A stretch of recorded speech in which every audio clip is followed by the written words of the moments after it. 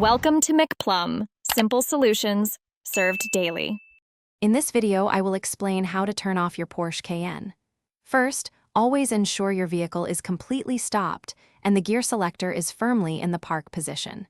This is a crucial safety step before proceeding. Next, locate the ignition. Depending on your model, this might be a traditional key slot or a push-button start. We'll cover both methods to ensure you can confidently power down your luxury SUV. If your Cayenne uses a traditional key, simply turn the key counterclockwise until it reaches the off position. You'll feel a distinct click as the engine shuts down. For models with a push-button start, press and hold the button for about 1 to 2 seconds. The engine will power off and the dashboard lights will extinguish.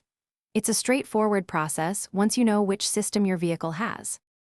After the engine is off, always engage the parking brake, especially if you're on an incline. This provides an extra layer of security. If you have a physical key, remove it from the ignition. For keyless entry systems, simply take the smart key with you.